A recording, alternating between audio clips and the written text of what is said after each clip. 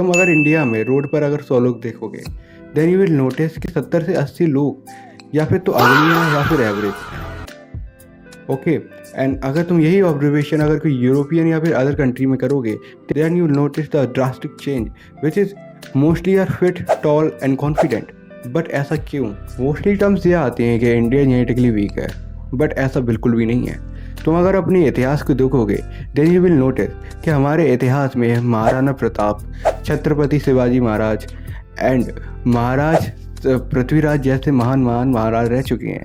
Okay, then इसका मतलब ये है कि भारत बिल्कुल भी जेनेटिकली वीक नहीं है, वही सिर्फ एक टर्म है कि अपना इंडिया जेनेटिकली वीकर है। Then what are the points which are mainly responsible for this condition of Indians. मैं यही कुछ पॉइंट आज की वीडियो में डिस्कस करने वाला हूँ। Then you will see the video, then you will find out कि तुम और तुम्हारे आसपास के लोग क्यों अगली हैं। देखो, एक पर्सन की लुक्स एंड पर्सनैलिटी मेनली 4 चीज़ों पर डिपेंड करती है। First is diet. देखो, अगर तुम इस चार्ट को देखोगे, देन यू विल नोटिस कि मोस्टली इंडियंस जो हैं वो प्रोटीन में डेफिशिएंट हैं, ठीक है। And that's why we have to consume a lot of dairy, chicken and egg, this stuff. देखो, mostly Indians are dependent on dal chawal like south में चावल चलता है, नॉर्थ में रोटी चलती है। That's completely wrong. नहीं, कम्प्लीटली रॉन्ग तो नहीं होगा। We should consume a good amount of protein for our well being. यहाँ पर कुछ होशियार लोग आके बोलेंगे कि हमारे राजा लाइक छत्रपति शिवाजी महाराज ये भी तो वेज थे। ब्रो, ये बिल्कुल सही बात है कि वो वेज थे, but the thing is that कि उस टाइम पर कोई मिलावट का सामान नहीं मिलता था, ठीक है। और जो भी उन्हें दूध, दही ये या फिर ये मिल्क का आइटम मिलता था, उनसे उसका प्रोटीन पूरा हो जाता था, ठीक है। That's why. बट अभी के जो अपना जो कंडीशन है, ठीक है, उसमें बहुत मिलावट का सामान आ सका है, बहुत मिलावट आ चुकी है। लाइक हर चीज़ में मिलावट है। तुम अंडे खाओगे उसमें मिलावट, चाय, दूध, दही, सब चीज़ों में मिलावट है। इसलिए you should start consume non veg, ठीक है। And second reason is our lifestyle. देखो, अदर कंट्रीज़ में वहाँ पर बहुत सारे एक्टिविटीज़ होती हैं स्कूल्स में, कॉलेजेस में, बट इन इंडिया एक मुश्किल से एक पीरियड मिलता है गेम्स का पीरियड, वो भी टीचर आके ले जाते हैं, ठीक है। दैट्स वाई मोस्टली मेरे ऐसे जो बच्चे हैं वो पूरे दिन बैठे ही रहते हैं। 8 घंटे स्कूल में बैठते हैं, फिर 3 से 4 घंटे कोचिंग से आके बैठते हैं, देन 1-2 घंटे पढ़ाई करने बैठते हैं। देन कितने हो गए ये घंटे? 15 घंटे के आसपास हो गए। That's why bro. और इतना अगर बच्चा कोई बैठेगा, देन उसका पोस्चर ख़राब होगा ही होगा। और अगर पोस्चर ख़राब होगा, देन तुम जो भी स्टाइल करोगे वो स्टाइल अच्छा ही लगेगा। लाइक मैं अगर ऐसी वीडियो बनाऊंगा, देन अच्छा नहीं लगेगा। इससे posture is very important for your looks and personality, mainly personality. Okay, and third reason is grooming. देखो, इंडिया मोस्टली लड़के ग्रूमिंग नहीं करते हैं, ठीक है। मैं भी 1-2 साल पहले ग्रूमिंग नहीं करता था।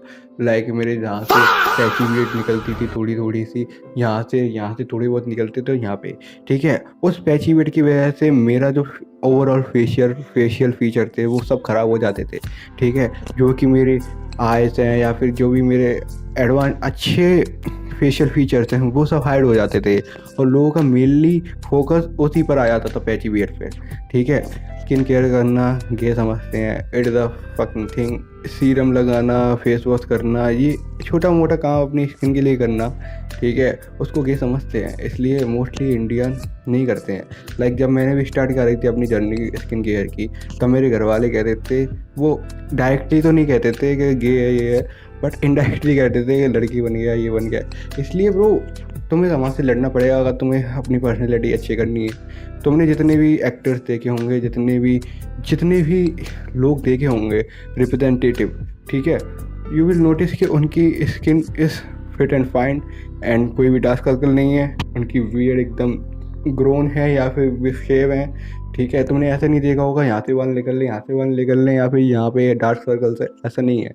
इसलिए भाई तुम्हें ग्रूमिंग करना सीखना पड़ेगा। ग्रूमिंग से तुम्हारी लुक्स में तो 1 से 2 पॉइंट इंप्रूव हो जाते हैं। इसलिए अभी से ग्रूमिंग करना स्टार्ट करो, ठीक है। ग्रूमिंग मेनली क्या होता है? अपनी बियर्ड शेप करना। शेप मतलब तुम्हारी अच्छी आती है तो रखो उसे। स्किन केयर में क्या होगा?